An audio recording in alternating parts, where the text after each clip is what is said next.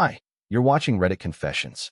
This story is about how people wait for the right moment to show you who they really are, and how sometimes that moment comes wrapped in a casket and $250 million. The morning after my father-in-law's funeral, I found my wife dancing in the kitchen. No, seriously. She had a glass of orange juice in one hand and a stupid Bluetooth speaker blasting some kind of upbeat retro song, like it was a celebration. She was barefoot, in her silk robe, swaying like the air was lighter than usual.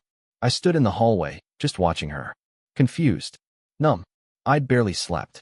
I had been the one shaking people's hands the day before, thanking them for coming, making sure her mother got home safe. Lorna? She just stood at the funeral like a stone, never flinching, not even when they lowered her father into the ground. And now she was dancing. I asked her, "Are you okay?" She smiled like I had told her a joke. "Better than I've ever been," she said. Then she kissed me on the cheek, grabbed her car keys, and left. No explanation. No goodbye. I should have followed her. I should have questioned why she had suddenly started wearing makeup to bed, or why she got a new phone and wouldn't show me the passcode. I should have asked what was in the sealed white envelope that arrived last week labeled Private, Estate Law Office. But I didn't. I just stood there like an idiot, thinking maybe she was grieving weird, thinking maybe I was overreacting. That was always my role in this marriage, to assume I was the problem. 3 hours later, I received a call from a number I didn't recognize. It was a lawyer. He said, "Mr. Ambrose, your wife has initiated the divorce process. The documents will be delivered to your home this afternoon." That's how I found out.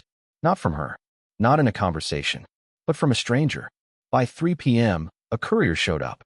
Manila envelope. Full packet of paperwork. All ready to go. All signed by her. I called her 12 times. No answer. By 7 p.m., I saw the news online.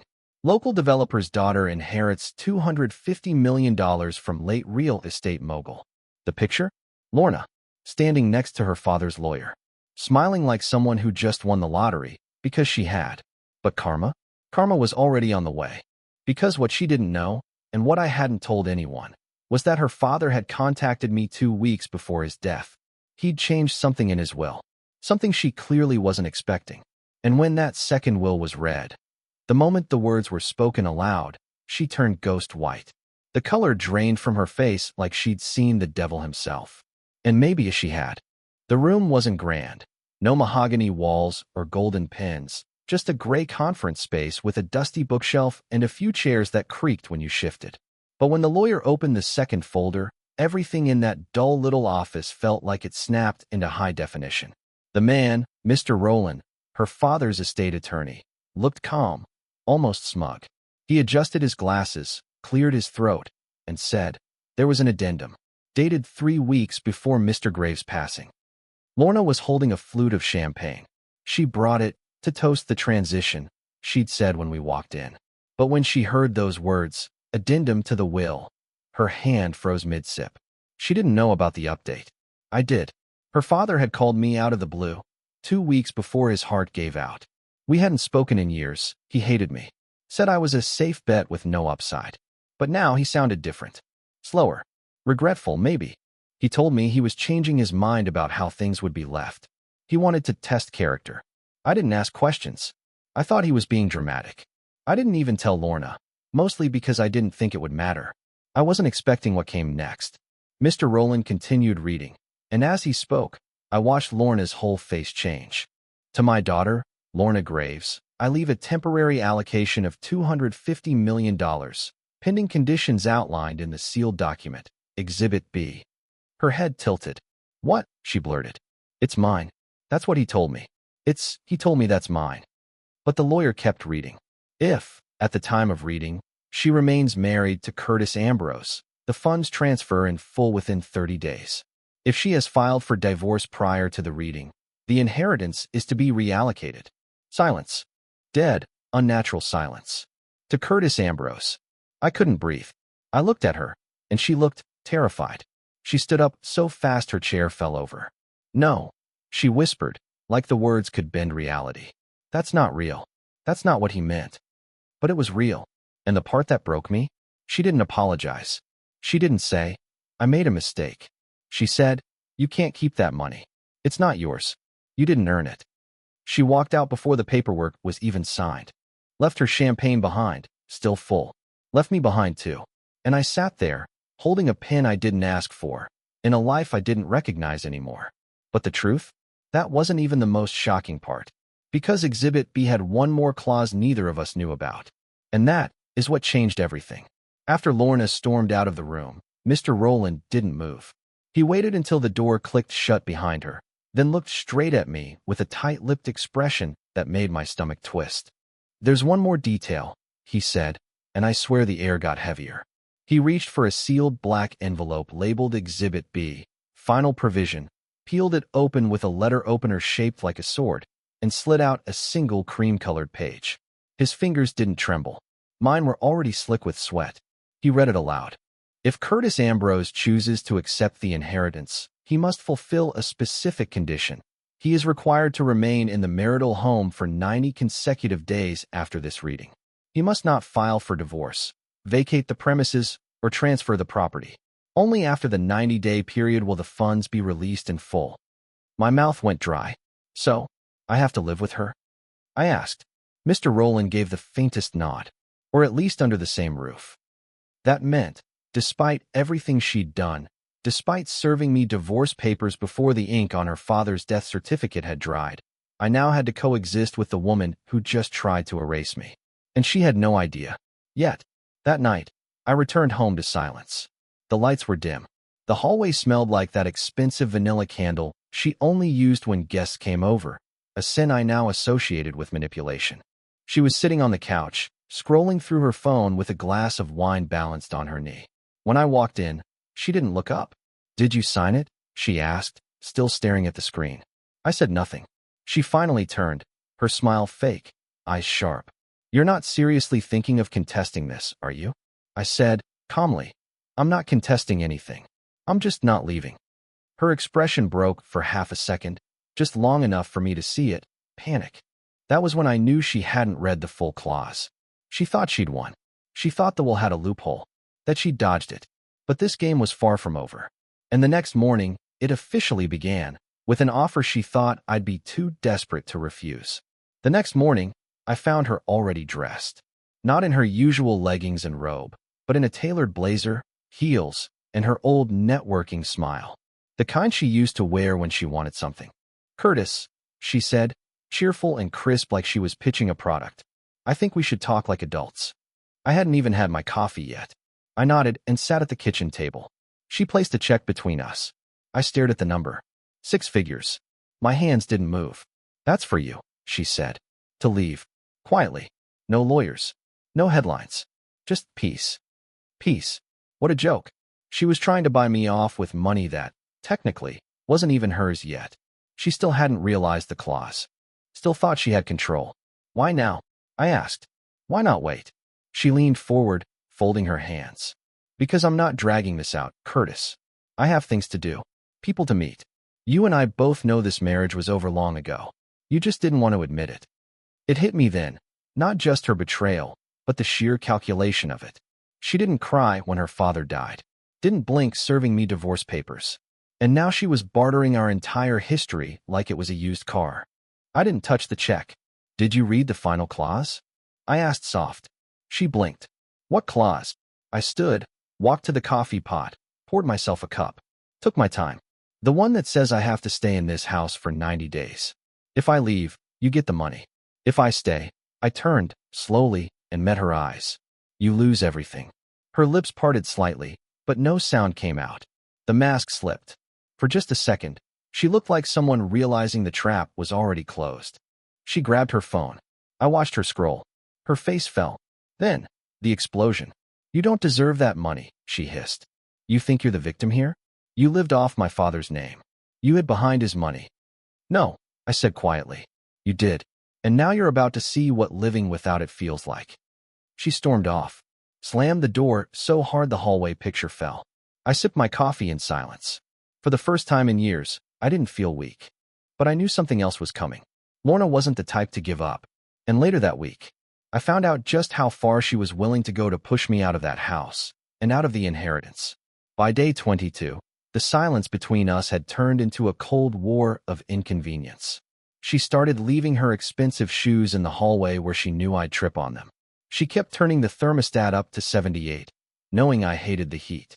And every morning, she used every single pan we owned, cooking elaborate breakfasts she never ate, leaving the greasy aftermath like a trophy on the counter.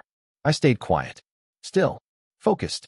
I marked the days with quiet little excess on a calendar tucked in the back of my closet like a prisoner waiting for parole. But nothing, absolutely nothing, could have prepared me for what she did next. It was a Thursday evening.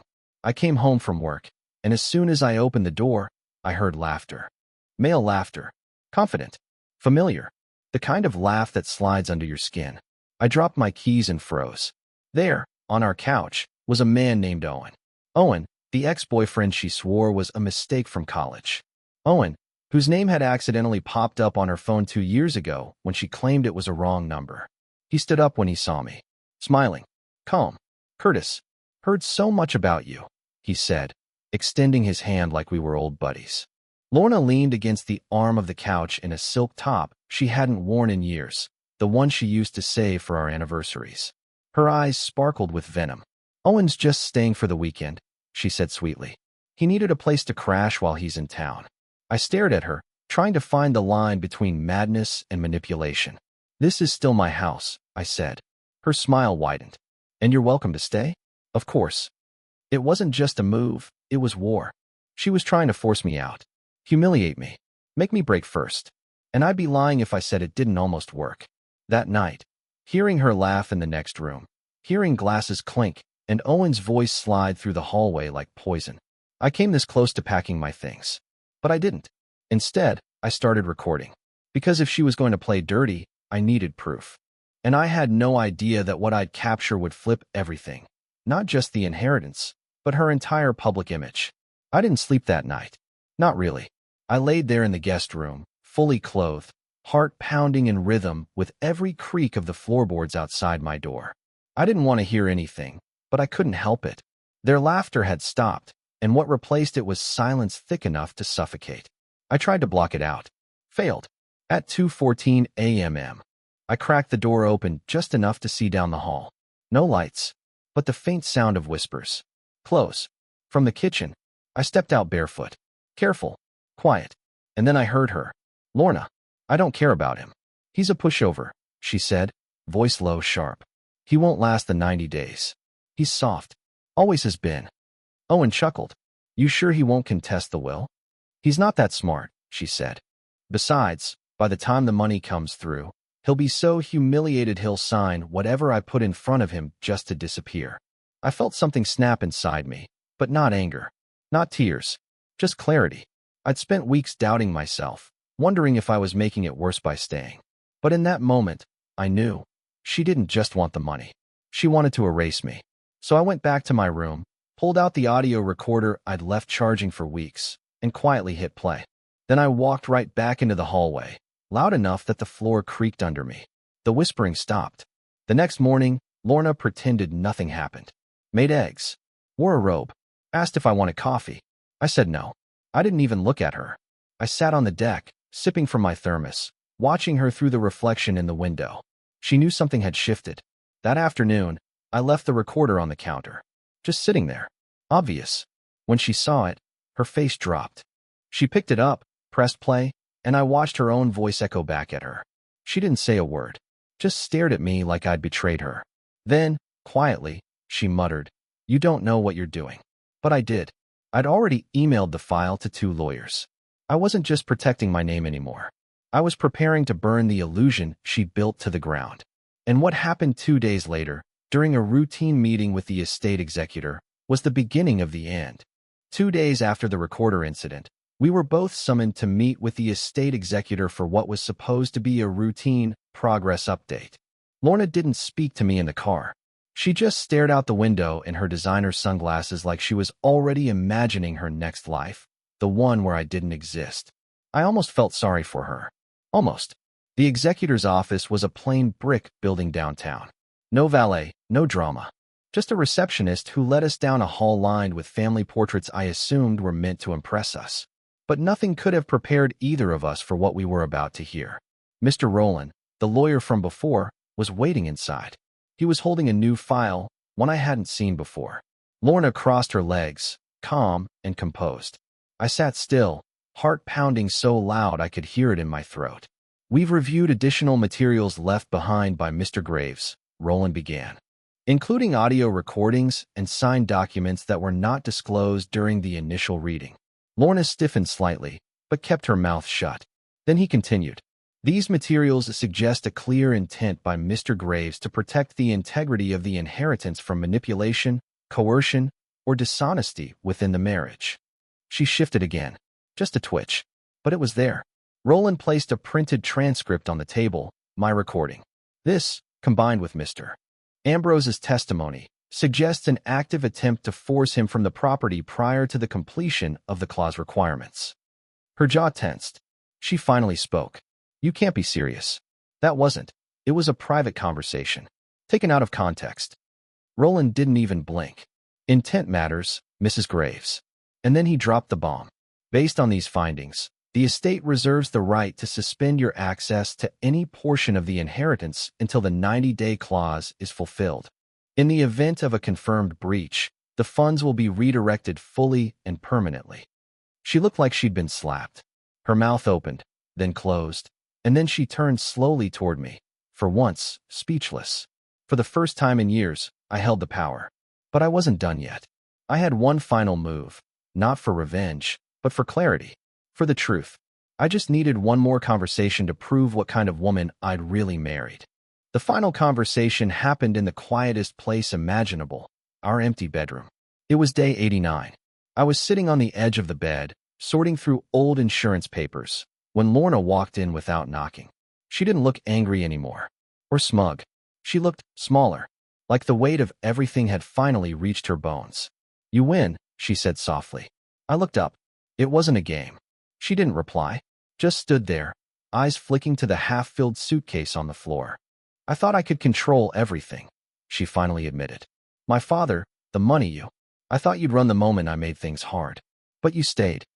"I stayed because I needed the truth. I stayed because I was tired of wondering if I was crazy. But most of all, I stayed because I finally understood it wasn't about the money. It was about letting go of a version of myself that had spent too long begging to be loved by someone who never really saw me." She knelt by the suitcase and zipped it up. "I'm going to the lake house," she said. "The lawyers will finalize everything." I just nodded. That night, I didn't celebrate. I didn't drink or scream or dance around the house. I sat outside with a blanket and a cup of tea, watching the sky turn from orange to navy. And for the first time in over a decade, I felt peacefully invisible, not because someone ignored me, but because I no longer needed to be seen to feel whole. 2 weeks later, the transfer cleared. The money came. The paperwork was done. And I did something I never thought I'd do. I donated a portion to a scholarship fund in Marshall's name. The rest? I'm using it to start a small retreat in Montana. Quiet, healing, private. No drama. No secrets. Somehow, in the ruins of a broken marriage, I found a beginning. And that was worth everything. Thanks for listening to my story here on Reddit Confessions. If you were in my shoes, what would you have done on that final day? Would you have stayed the full 90 days or walked away sooner? Drop your thoughts in the comments below, and don't forget to like and subscribe if you want more true stories just like this one. See you in the next confession.